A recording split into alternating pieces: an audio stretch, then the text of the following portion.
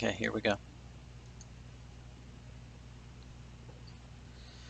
All right, and we're back. Well, this has been a little bit of a hiatus for us.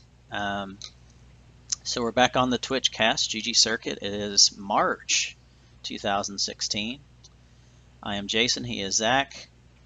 And Yo! We are back. J-Mac, the nomad, traveling the world, growing a beard bigger, refusing to cut his hair. And a haircut a little bit. But obviously, today it may be a little bit weird. Going back and forth, your voice is cutting a little bit out, J-Mac, but hopefully the recording that'll go up onto YouTube will be pretty clear later. I just don't know. As long as my voice is coming through clear to you and you get a good recording, I guess we're okay, right? Yeah, so far so good. Okay. Well, let's just jump right in. We've got a lot to talk about. Just a quick scheduling change from J-Mac, and I've tried to start coordinating a little bit better when we're going to do these shows each week. So seems like it's going to work out Wednesdays for us. We have an all-staff meeting with a ggCircuit group on Wednesday mornings, and then have an hour or so to collect our notes, and then we can jump right into a Twitch cast on Wednesdays. So let's just commit to trying to do this every week. I think part of it is that you and I sometimes feel like, there's so much stuff to do and what can we focus on? But even if we just make it a half-hour show, give some people some updates, give a little bit of tips and things here. It's a never-ending stream of contacts that I have of people that are interested in opening a LAN center, making their LAN center better, getting into ggCircuit. How do we use ggCircuit? How can we use ggCircuit to make our LAN center better? And all of those questions. So we just need to do it every week, every Wednesday. Commit to it, my friend. I'm ready. Are you? I'll do my best. That sounds like Xander. My son always says that. We're like, what did you? Oh, Dad, I'm just doing my best here. I'm just doing my best. Yeah. Like, that's a lie. That's a lie. You are not. You are not.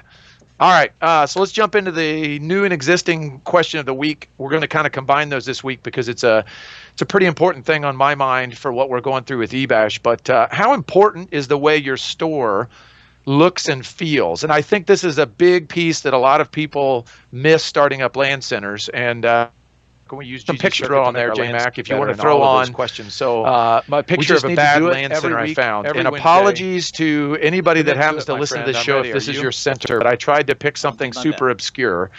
But basically what I see when centers start up is that centers start up and they have a budget based on what kind of money they can raise.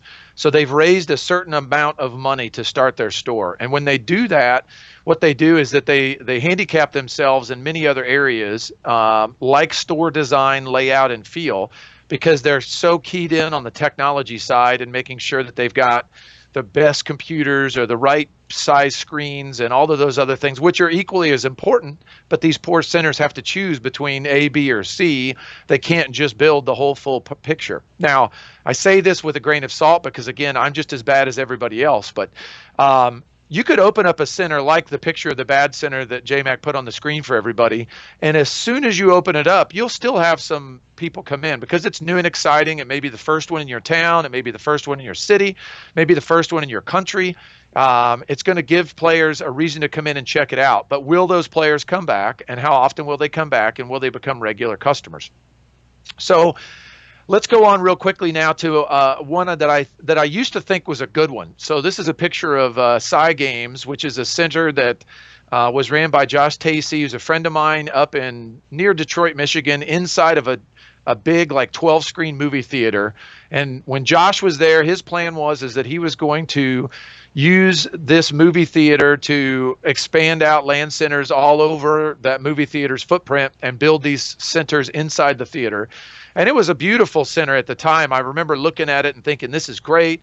But now that I've went back and looked at that picture, I'm sorry, Josh, but I don't think it's that good of a design of a center either. It was, fit into the mold of that movie theater. But in today's world, where centers need to be, I don't think it's a good design either. They had a lot of technology advances, like a cool touchscreen system that was able to move like a video feed A over to screen B, like 40 different inputs, 40 different outputs. It was a lot of cool things going on there because it was inside a movie theater. It matched the decor of the movie theater, and it had a cool snack bar, albeit not cheap because it's movie theater prices for food and drinks. But it, at the time, best centers that I can remember ever seeing. Now, back a little bit of history for eBash. We started eBash inside of a warehouse that had some office space because at the time we ran an eBay consignment store. And so when we ran that eBay consignment store, we had semis coming in regularly dropping off merchandise. We had shipping companies going out, taking things we were selling, about 400 to 500 items a week. So it was a typical big warehouse space with a front door on the side that had some offices. All those offices weren't used, and so our idea for eBash is that we would just start up a couple offices and put some systems in them.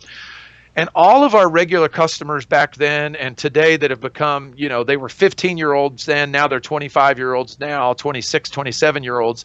They all talk about the old eBash, how great it was. It was really cool, and it had that club kind of secret society type of feel, and it's funny, but at the time, looking back at it, it was a junky setup. It was, we tried to spruce it up with pictures on the walls, and we tried to make like a front counter that looked kind of high tech, but literally looked like a warehouse office space, and PCs and Xboxes were lined up inside. And at that time, that's what players would play on.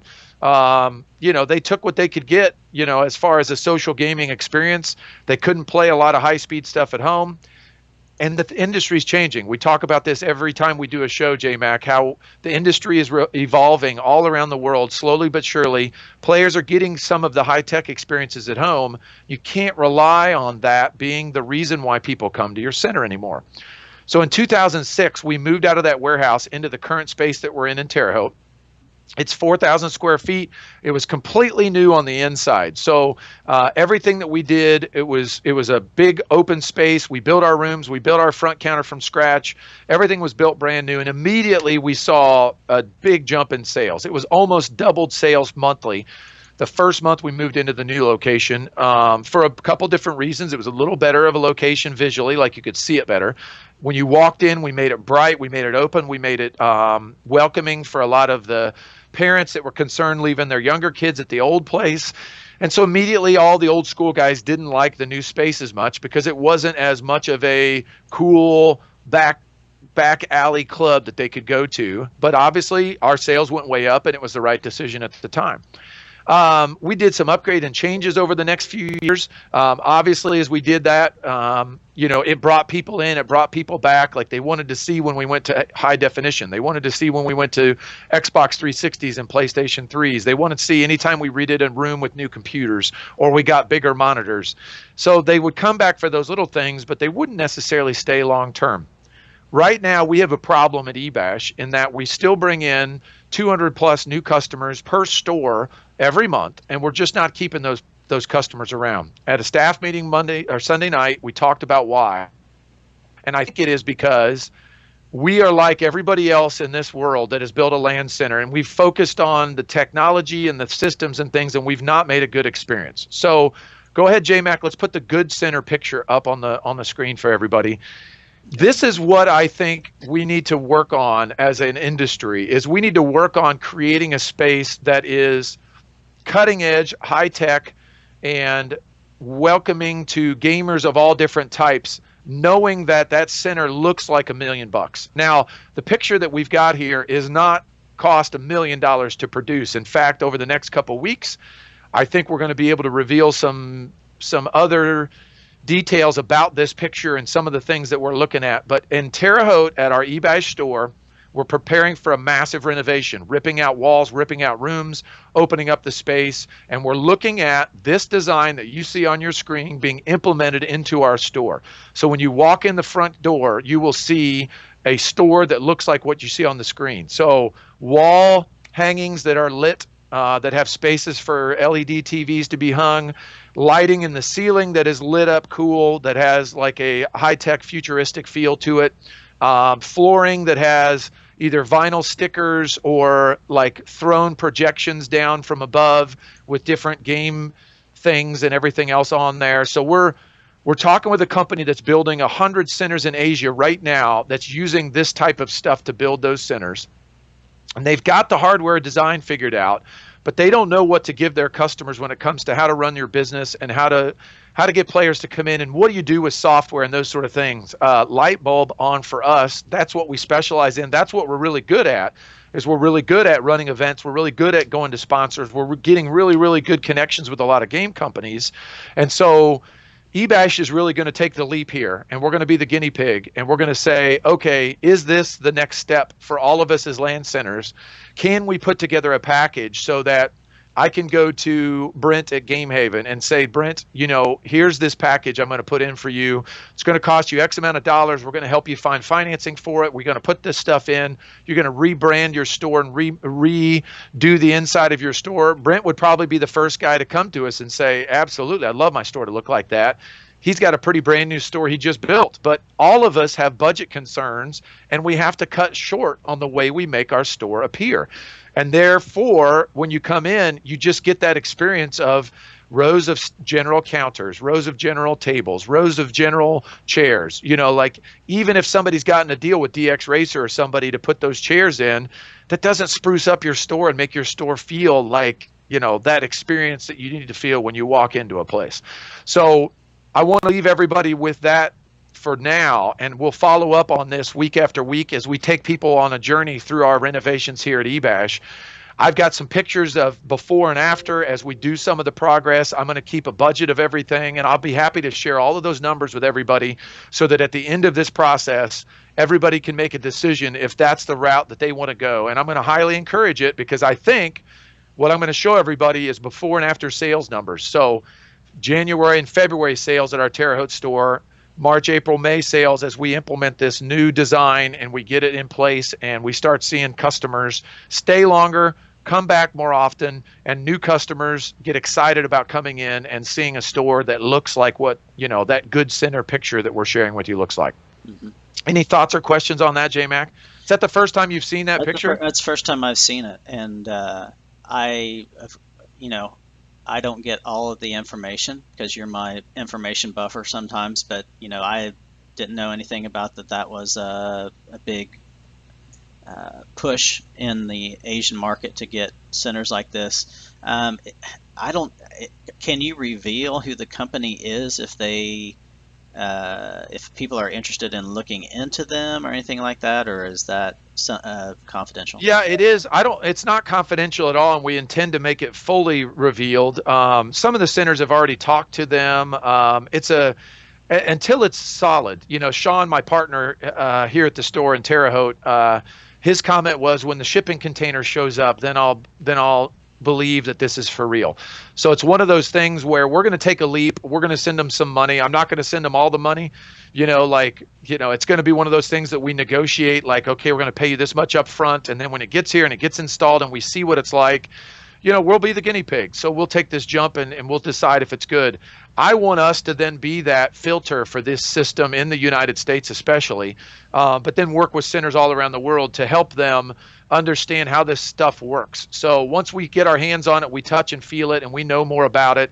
I'm not at all going to recommend anybody else to do this stuff, because if it does suck and it is if that stuff comes in and it's plastic and looks like it's going to fall apart and there's issues with it, I don't want to be the guy that recommends this stuff and another center goes through the same thing we're going to go through, and because it could be an investment that sinks a store. It could be, we're not talking about a $5,000 investment. We're talking about, depending on the size of your store, a $20,000 to $60,000 investment on chairs, furniture, lighting, wall material, floor material, front counters, again, all of the different bits and pieces that we're all just going to Lowe's and Menards and IKEA and Amazon and trying to find stuff, and source stuff in our local area, because it's big items, it's not stuff that you can necessarily ship in very easily from other countries. So if we can get this set up and get this going, I would like to make sure that we do this as a group here in the U.S. so that as each store joins and as each store upgrades,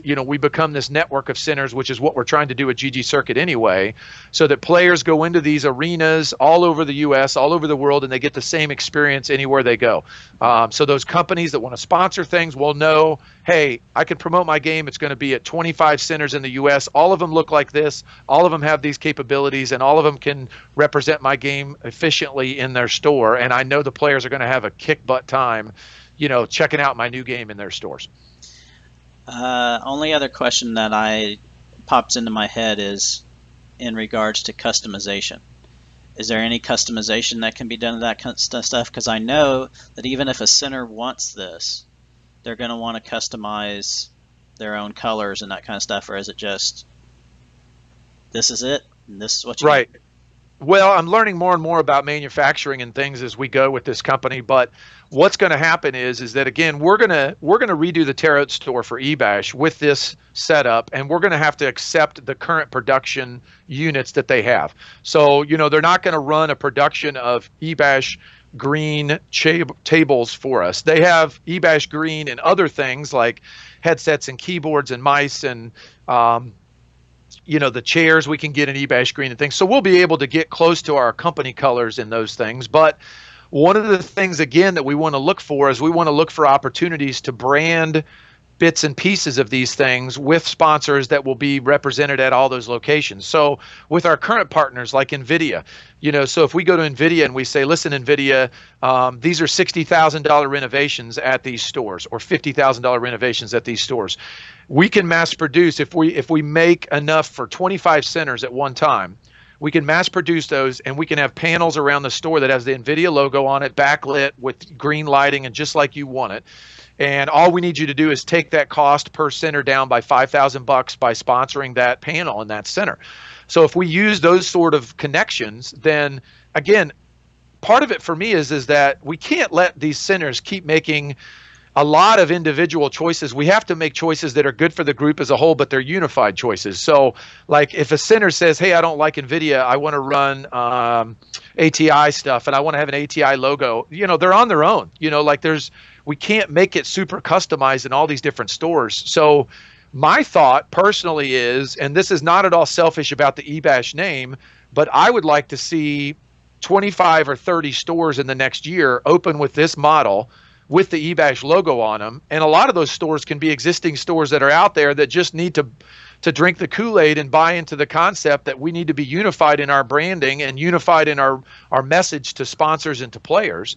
It could be ggCircuit instead of eBash, but I know here in the US, I have a lot more influence as eBash than I do with ggCircuit. So again, I can go to these conventions that we go to with 60,000 attendees and put this up on Twitch with our partners at AllMid and have the front page of Twitch streaming this eBash gear that everybody in the US is going to become familiar with. So that's what I think is going to be the plan. I don't think it's going to be a thing where Brent from Game Haven can say, listen, I want a whole big kit shipped out to my store, and it's all going to have Game Haven logos and Game Haven colors. And by the way, I want this to look that way and stuff, because once you do that, it takes that $60,000 cost to $150,000 because it all has to be its own custom production run. Yeah. And nobody wins in that scenario. Nobody can take advantage of those global deals we can make with sponsors. Right, and that makes sense. But it kind of gets back to your whole discussion we've had multiple times over the years about rolling a subway into a location. That's exact setting thing. It up in 3 or 4 days and having all the manuals and all of the information of this is how you run your game center. Right. A lot of the people that follow me and follow our Twitch casts and our YouTube videos and that call and email me, follow my blog, they're all game center owners or potential owners that are technical. And the problem with that is that, again, they focus too much on the PC specs and the size of the monitor and those sort of things, which I'm not saying are not important. But what I'm saying is that in the end, if you put all your focus on that, then every 5 or 6 months, you've got to be ready to up that again to keep that excitement for your players. And that's just not financially possible. So what we want to do is we want to reach out and we want to start speaking to business people. I want a businessman in Alabama that has money to invest in a business that's considering a Subway or considering a Jimmy John's restaurant or is considering a GameStop, or I mean, they're a bad example because they don't franchise, but we need business people to invest where they know a semi can pull into their location, and within 2 weeks, out of the back of that semi comes this constructed, ready set that will turn their center into this esports arena, and that they can then hire a manager. Maybe the manager goes to some training. The manager sits down and has a template and a plan right in front of them of how this is going to work. And this is a combination of this setup and what we're doing with ggCircuit. So the things that you and Ross are working on with social media integration, the things that Michael has talked about with email integration where we're contacting players and things, those are super important to this whole model. So that a guy that opens a store or a gal that opens a store in any other market knows that, okay, day one, I've got to go make a Facebook page and I've got to buy this boosted ad and I've got to use this template and I've got to go pay $400 and it's going to go out and it's going to go to these people and it's going to have this call to action that they come in and they enter this code in and then we get their information, we start tracking them, and boom, like immediately we have this process for filling our store up and bringing the customers back and reaching the customers on a daily basis, a weekly basis, a monthly basis, and figuring out how to keep them in our store. Like, that's what these business people need to make this successful. We're never going to be successful with just technical people trying to run these stores and keeping them running. We need to do that automatically. It's got to roll in on the semi, it's got to set up, and it's got to be ready to go. All right. We're good there? Yeah. My soapbox. So, you always get me on soapboxes. Well, that's what I know how to do. You know how to push my buttons. I know how to get I'm you easily excited. soapy. I'm easily soaped up. All right, so we're moving on into the kind of the review of the winter season. Pretty interesting season actually overall. On a weekly basis, I'm doing a lot of updates and a lot of manual. Here's the winners. Here's what happened. That kind of stuff. So more than anyone else, I know kind of who's leading and the familiar names that are coming back up, the familiar centers that are coming back up. So it was a 6-week season with 8-week season, 8-week regular season, 8-week regular season with 2 weeks final. How quickly I forget. And so in the 2 weeks we had 10 centers.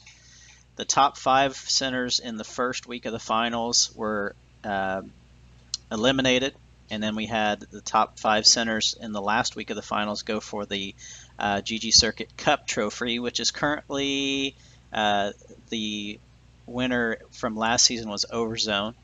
And so this season we had the winner from Hub Esports in Mongolia, who just knocked it out of the park every week. Their players, they had multiple players in the top 10 every week, and it was almost an easy victory for them, quite honestly.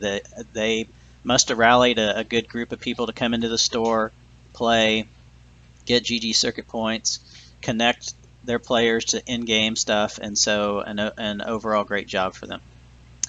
Yeah, and I think, too, I want to say, I bet one of the things we're working on is making sure that we show centers how to become a 5-star center, how to use all the bits and pieces of ggCircuit to engage their players. And I didn't look this up before our call today, but I'm guessing that not only do they do a great job of getting the players linked and helping the players see their standings with the sliders, they're probably using the skin and the panels and things to keep all this stuff in front of the players. But I would also bet that they're using their prize vault locally and letting players redeem stuff with their prize vaults. So I think that that's one of the indications to me is that I'm guessing our final centers, all 5 of them, the last week, the 10 and the final 2 weeks, all of them are 5-star centers. They really utilize all bits and pieces of ggCircuit to the fullest extent. Yeah, note to self, let's talk about 5-star centers next time. Okay. So along with Hub being the center winner, we had 50 players in the player versus player finals in the last 2 weeks. After the first week of the finals, that got cut to 25. And the winner, who again was one that was consistent throughout the entire season, was Gabby, Gabi, from Hub Esport, who wins the Alienware Alpha prize for the end of the season. Yep. And on those prizes and things, one of the things I'm going to do is reach out in the Facebook group. So everybody that's a member of ggCircuit, if you're not in our private Facebook group, send me a message. We'll get you in there. That's a lot of information flows through that Facebook group. It's the easiest way we can reach all the centers. So I'm going to reach out and try to get all the prizes finished up that I haven't finished for the season. Some people I was waiting on because I'm shipping out physical prizes to everybody. So I didn't want to ship one headset 1 week to Australia and then another headset 2 weeks later to Australia. So like Mark at Guff knows that I'm getting all the prizes together for him and sending them all at one time. That leads really well into our next section here, which is changes for next season. Okay. So I'm not. Okay. I'm not finished. Oh, okay. Sorry. I can't see your screen. I don't know what you're doing. So the last item was just, which hasn't been announced yet, is all of the winners who won prizes during the finals. So we had, we were giving away Alienware duffel bags and Alienware T-shirts to the players from place 2 to 5 and 6 to 10. And so this is a map of where those winners have come from, and it's clear to see that Asia and Australia region really mopped up in regards to these prizes. We had a couple prizes, T-shirts in North America, Levi 94 to Ebash Terre Haute, and Ghost Rider from PC Gamers. In South America, Martin VIP won a duffel bag. Again, he was one of the ones that was very consistent throughout the season. In Europe, Gane and Full Dragon both won duffel bags. And then Asia, Australia, obviously Gabby, which we just talked about, who won the Alienware Alpha. Smokey from Guff Geelong. Sir 4 Dolgoon T-shirt from Hub. Nice. Jason from Got Point Gaming won a T-shirt, and also Borgie from Jim White's Center Guff Werribee in Australia. And all right, so with that, let's talk about changes to next season. Yeah, so I'm going to work on getting all those prizes and things finished out. One thing for next season that we're looking at, I think we've got a date. Don't we have a tentative date for that, J-Mac? Why don't you look that up while I'm going through some of these other notes. But the next season, we're going to change a little bit. We're not going to do physical prizes during the season simply because it's just not cost effective for us. Even if we get these prizes donated to us from the sponsors, it's not cost effective for us to ship these out. Now, we are working with a potential partner that could change that has some global reach with their products. So from my perspective, I just can't keep up with, headsets being shipped to my store and then worrying about trying to get 8 headsets out to 8 different centers all around the world. It's very expensive. A lot of it's like $85 US to ship this package out to a center, and we're talking about $100 headset. So even though it got donated, it's costing me that much to ship it out. I like the physical. Going to reserve those for the finals, so that way it's only the elite players that make it to the finals at the end of the season. I don't have a problem at all shipping Gabby the Alienware Alpha. It'll probably take 3 or 4 weeks. I've still got to ship out the one to Devin I've had in my office for his player from last season. So we're not quick at this at all. It's you get what you pay for, guys. So we can't afford to have a shipping department, so it's yours truly that's got to put all this stuff together and pack it up and take it to the post office. And I don't have enough hours in the day, but I'm going to get caught up with everything in the next few days. I'll send some notes out to people, make sure that I've got your addresses. We ship this to your center, so your center will receive it. You get pictures with the players with their prizes. Next season, what we're going to work on, we've got some exciting things coming up with some new partnerships inside of ggCircuit in the prize vault for global prizes for everybody. That has nothing to do with the seasons. It's just things that'll go in the prize vault that players can buy with their coins. Specifically, we built a new code system. So the new code system is going to allow us to place 400 codes for a game, maybe items in a game, maybe monetary value of the in-game currency for the game. It depends on what it is. There's lots and lots of codes that we've been given from this partnership, and so we're going to make those available through the prize vault, and we'll also be able to use that system for prizes for next season during the regular season. So the top player that wins a $25 Riot card or Riot Code will be able to get that email to them, and it will show up in their dashboard when they log in as a player, so they can redeem it that way instantly at the end of the week. So like at the end of the week, it'll know which is the players, it'll know what the prize is, and it'll just make that available to the player at the end of that week. Now, that is because we're changing the scoring system and we're changing the way we're tracking this next season, so that JMac and I don't die every week trying to do all this manual data, and we're hopefully making it a lot more straightforward and less confusing for people how to win and how to play. So next season, we're gonna take a spin on the NVIDIA events we've been running in a couple countries, and we're going to focus on letting players play matches as much as they want during the week in their specialty game. And the players will be able to use their top 10 ranked matches for what we call skill coins, so in-game coins for their top 10 ranked matches for the week, and play as many as they want. So they could play 21 matches. Only the top 10 that they scored will create their score for that week. That will determine their placing in the weekly contest for the season. So if you want to be the top League of Legends players in Asia, you have to have the top 10 games played based on our fantasy points formula in ranked games for that week. So, you could have 10 great games and never play anymore if you wanted, or you could just keep playing and try to get the best ones. Extra games don't count against you. We think 10 games is reasonable to have a player play in a single week. We're not requiring them to camp out at the center and play all week.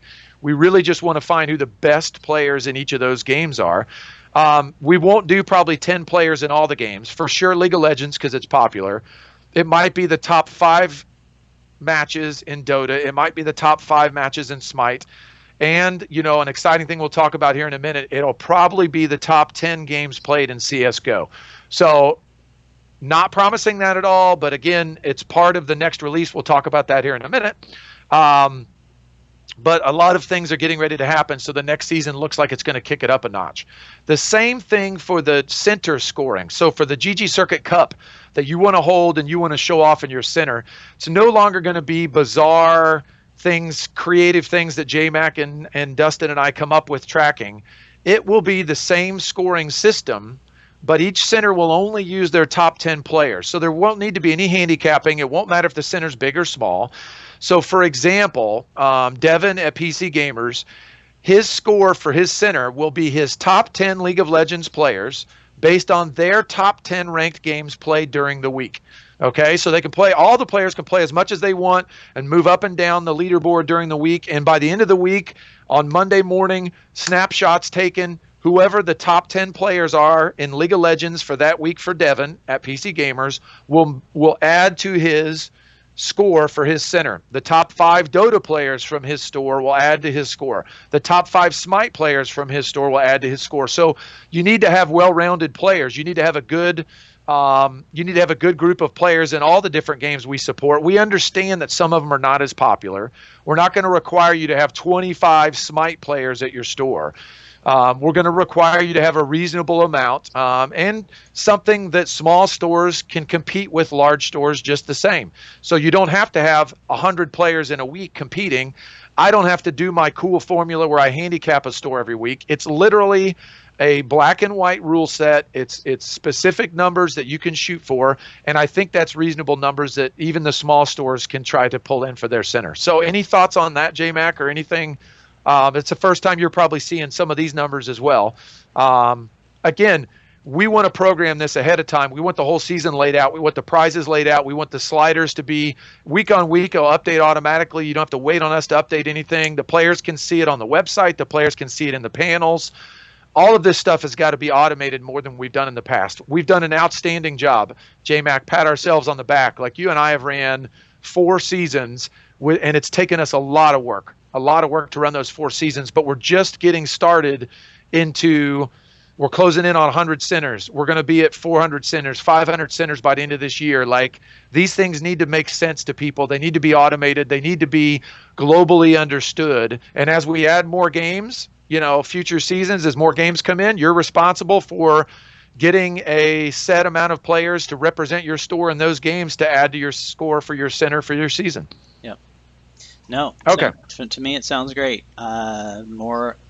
we always harp on automation for centers, but Automation, automation absolutely. for us is just as important because it's easily a day and a half of work each week for me to get everything updated, and sometimes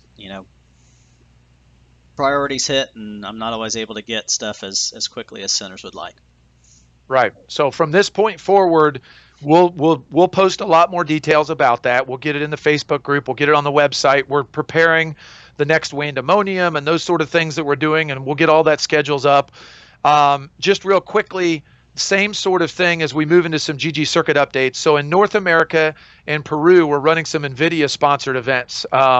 Those are going to change as well to be the same sort of format. So it won't just be all of your games played, your top KDA. It'll be your top 3 KDA games that you play during the Weekend Warriors event. So that same sort of idea where we don't require a player to play games, but we also don't penalize a player if they want to keep playing games and trying to make their score better.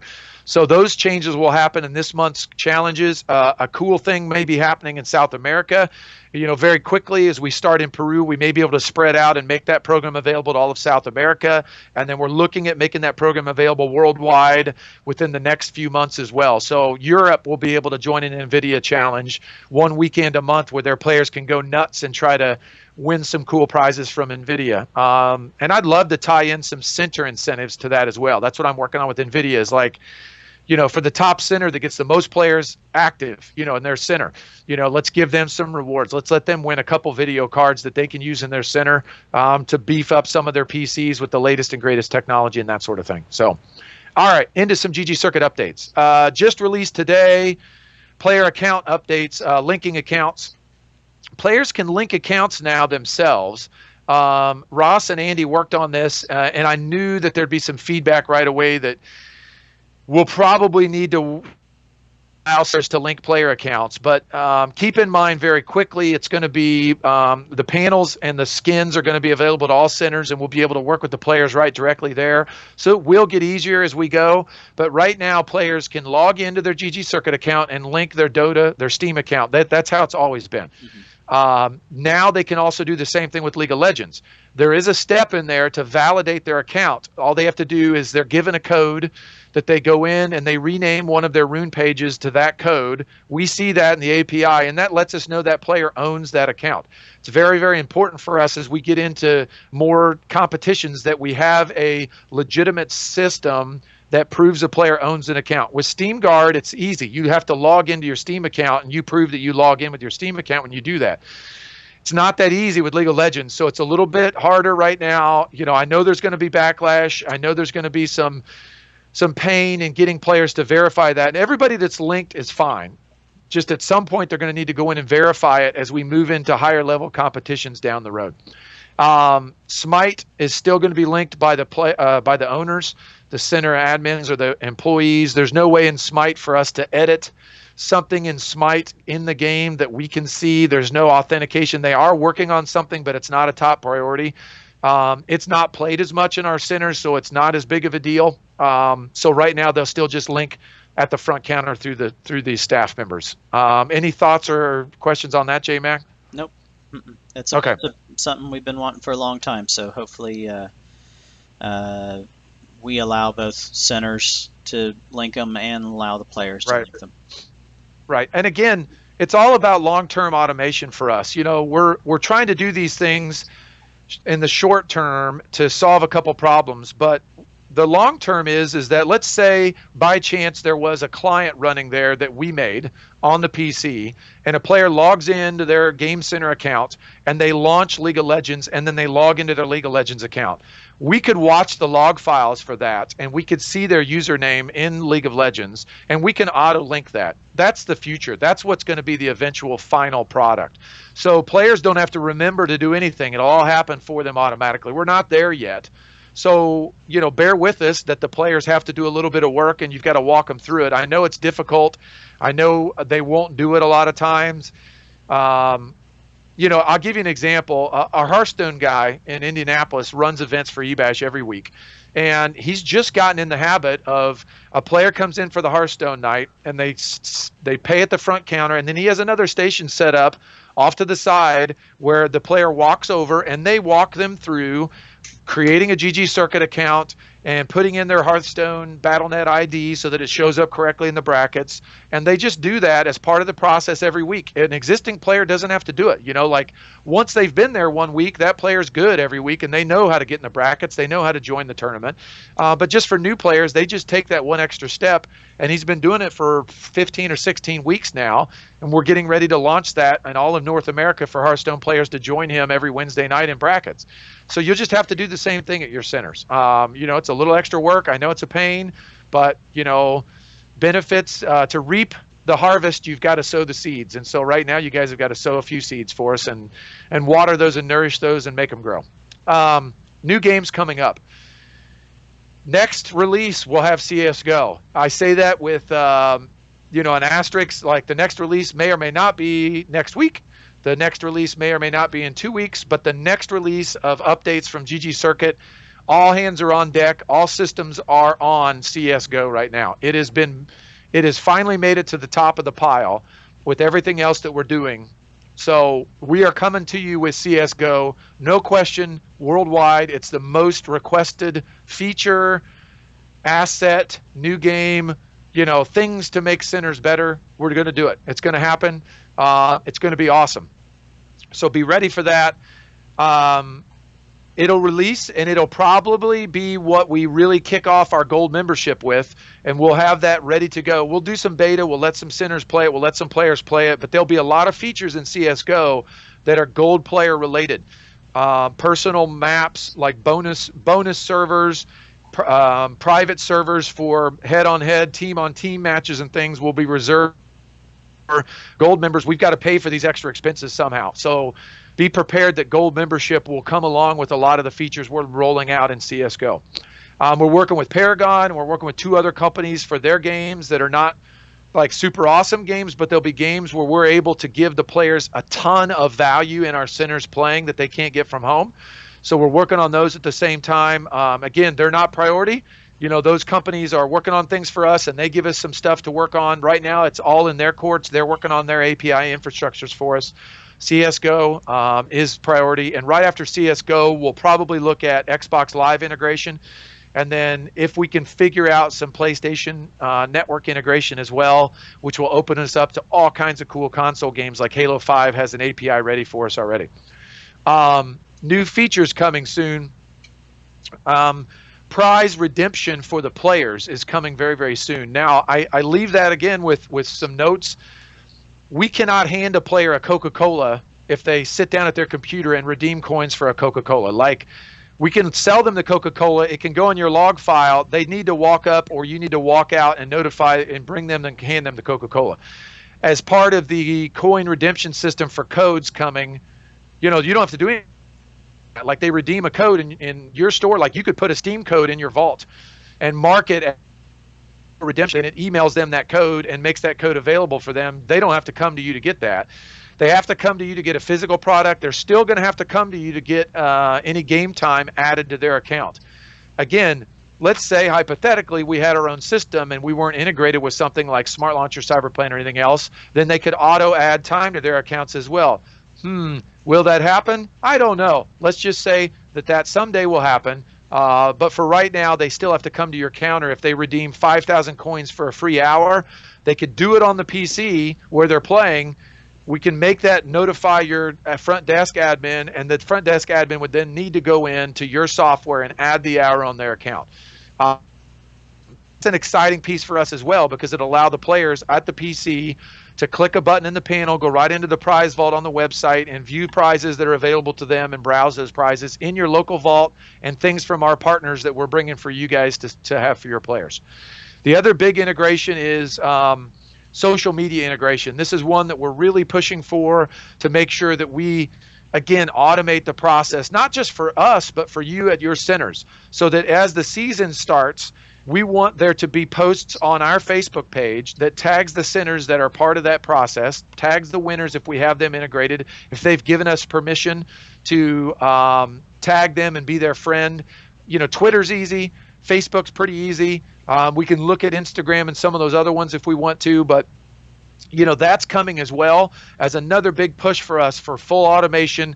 How do you grow your center? How do you get your players engaged? How do you promote this outside of the walls of your center to reach the people sitting at home where they see that and they're like, oh, crap, so-and-so just jumped to number 2 in the leaderboard. I've got to get back down to the center and try to maintain number 1. So those things are coming soon as well. I don't know what time we're at. That's what I've got on my list today, J-Mac. Do you have anything else that you want to touch on for this week? Not that I know of. My dogs are starting to get restless. I tried to keep them occupied while this show was going on, but now they're like, okay, what's going on? Are you done yet? Are you done yet? Yeah, some of us have pets, that we can corral and they're easy. And yeah. Gosh, not off the top of my head. I don't have the date in front of me. Actually, give me just a second, because I can turn you off and look at our chat thing. But yeah. You talking about the coming up events? Yeah, I've got the dates right here. So we're looking at the next Wandemonium, April 15th to 17th weekend.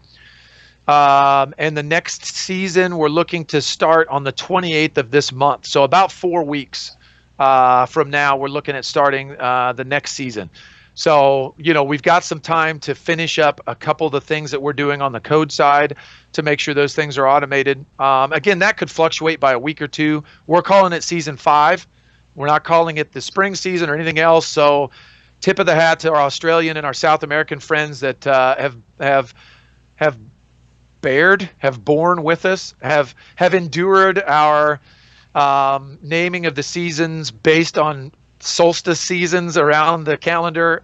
These are no longer going to be named after that. We're going to number them. So it'll be the season 5 winner will be the next winner. We'll get the trophy back from Anselmo. We'll get it shipped out to not Guff. Who won the last season? J-Mac, right in front of you. You just did it. Esports.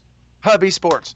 So we'll get their plaque on there. We'll get them labeled as they'll be the last one named, winter season winner. So they'll be the last one named after that. From now on that trophy will be added in the numbers of the season. I believe that's OJ Orgel.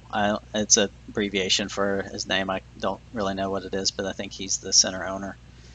Yeah, I think he just emailed me. I think he emailed me this week because we've got to finalize some of his shipping and prizes and stuff. Yeah, he was wondering about the Alienware Alpha and stuff. So, all right. So with that, we will be done for the day, and glad to be back. Sounds good. Next Wednesday, we'll be back. Same time, same place. But always, most of our viewers, I think, watch this on YouTube later. So hopefully the recording did all right in your horse ranch internet connection. All right. See you next week. All right. See you, buddy.